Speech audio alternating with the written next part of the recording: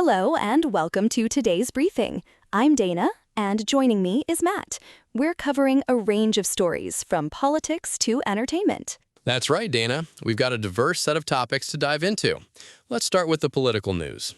British Prime Minister Keir Starmer has announced his resignation as leader of the Labour Party and will leave office within weeks. This comes scarcely 2 years after he was elected in a landslide victory. That's a pretty quick turnaround. What are the circumstances surrounding his resignation? The reports indicate that he lost the confidence of Labour MPs, which led to his decision to step down.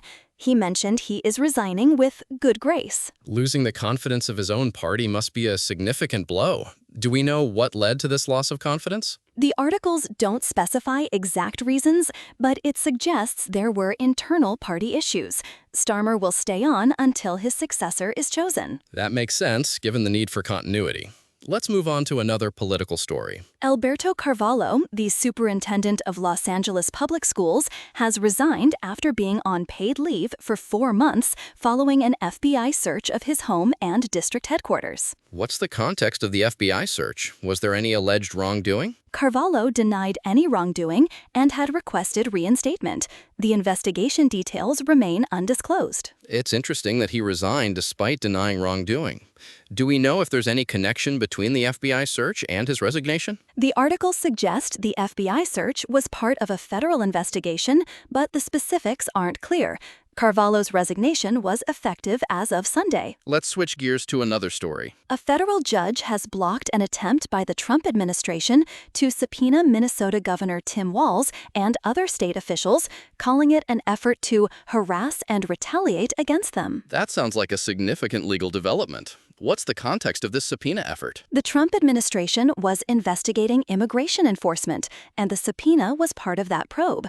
The judge's decision halted this effort. The judge's wording implies there was a political motivation behind the subpoena. Is that a fair interpretation? According to the reporting, yes. The judge saw it as an attempt to harass and retaliate, which suggests a political dimension. Let's move to international news. The U.S. and Iran have concluded high-level talks in Switzerland, with mediators saying they agreed on a roadmap toward a final deal within 60 days. That's a significant development. What were the key outcomes of these talks? The joint statement from Qatar and Pakistan, the mediating nations, indicated a positive direction in the negotiations. How did the market react to this news? Oil prices declined after the U.S.-Iran talks concluded, with Iran securing waivers for oil and petrochemical exports, easing worries about supply shortages. That makes sense. Reduced tensions often lead to lower oil prices.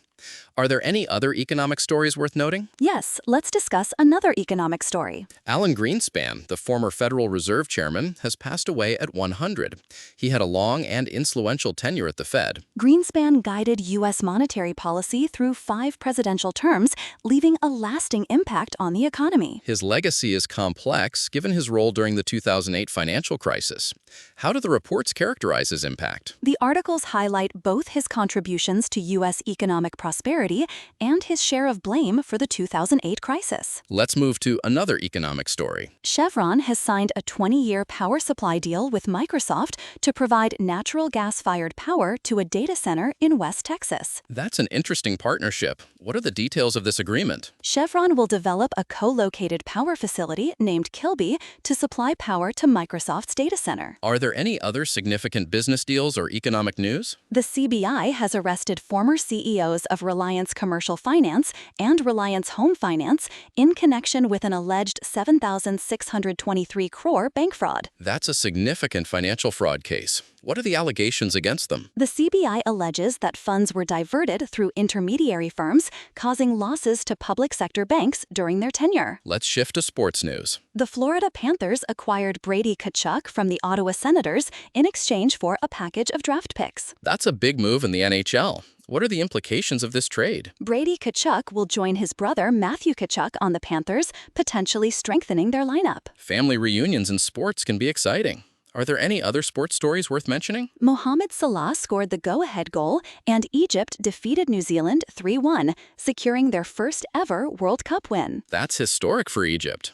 How did Salah's goal impact the game? Salah's goal in the 67th minute was the turning point, and Egypt went on to win comfortably. Let's move to entertainment news. Clive Davis, the legendary music mogul who helped launch the careers of icons like Whitney Houston and Bruce Springsteen, has died at 94. Davis had a remarkable career. What are some of his notable achievements? He was instrumental in the careers of many superstars, and his legacy in the music industry is immense. Let's discuss another entertainment story. Timothée Chalamet and Selena Gomez are set to star in an upcoming animated film called Not Alone from Illumination. That's an interesting pairing. What are the details about the film? They will voice characters in an animated adventure film scheduled for release in 2027. Finally, let's touch on some other news. A Delta Airlines jet was approximately 300 feet from an American Airlines plane during a close call at Boston's Logan Airport, forcing the Delta flight to abort its landing. That sounds like a serious incident. Are there any details about what caused the close call? The FAA is investigating the incident,